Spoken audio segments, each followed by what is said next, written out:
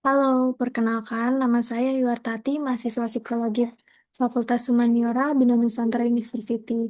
Pada kesempatan ini, saya akan mempresentasikan hasil penelitian skripsi saya yang berjudul Kesulitan Regulasi Emosi sebagai Prediktor Stres yang dirasakan pada mahasiswa yang mengalami konflik keluarga di Bekasi.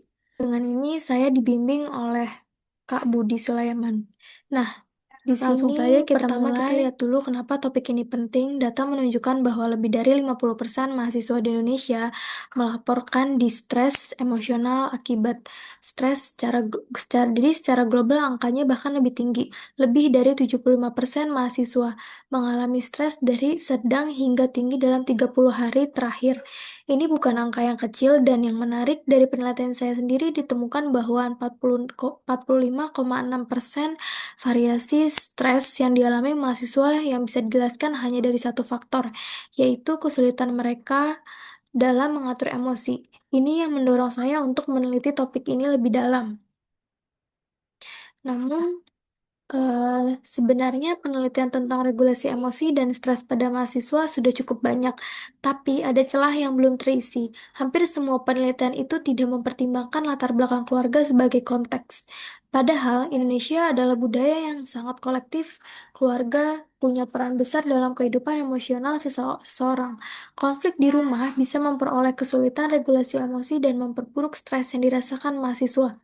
Maka dari itu, tujuan penelitian ini ada dua. Yang pertama, menganalisis hubungan antara kesulitan regulasi emosi dan stres yang dirasakan.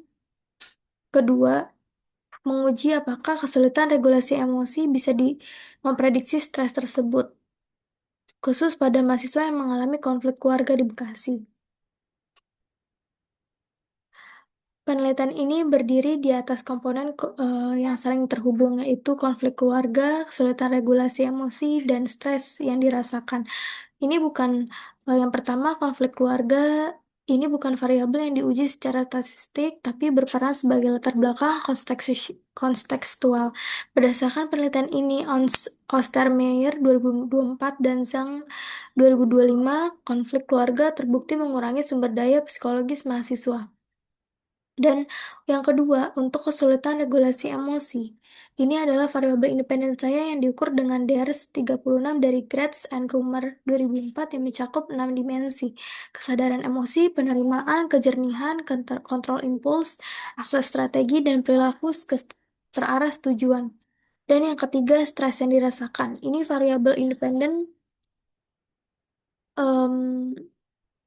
variabel independen saya yang diukur dengan persep stres.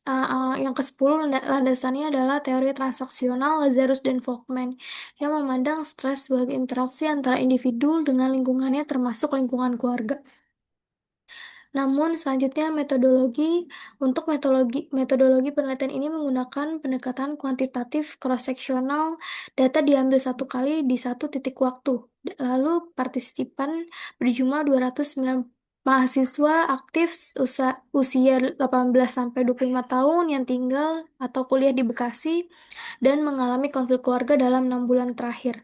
Rekrutmen dilakukan dengan purposive sampling melalui Google Form yang disebar lewat media sosial dan komunitas mahasiswa. Namun, untuk instrumen yang saya gunakan adalah DRS 36 untuk mengukur kesulitan regulasi emosi dan persep stres. Untuk mengukur stres, keduanya punya reliabilitas yang sangat tinggi. Cronbach alpha DRS 36 mencapai 0,992 dan PS10 sebesar 0,958. Analisis dilakukan di JSP menggunakan Spearman correlation karena data tidak normal ditambah regresi linear untuk menguji pengaruh prediktifnya. Namun, sekarang kita masuk ke hasil secara deskriptif. Rata-rata skor DRS 36 adalah 144,68 dari skor maksimum 180.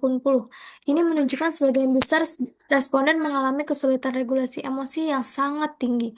Untuk stres, rata-rata persep stress scale 10 adalah 31,54 dari maksimum 40. Angka ini mendekati batas atas skala yang artinya mayoritas responden berada dalam kategori stres tinggi.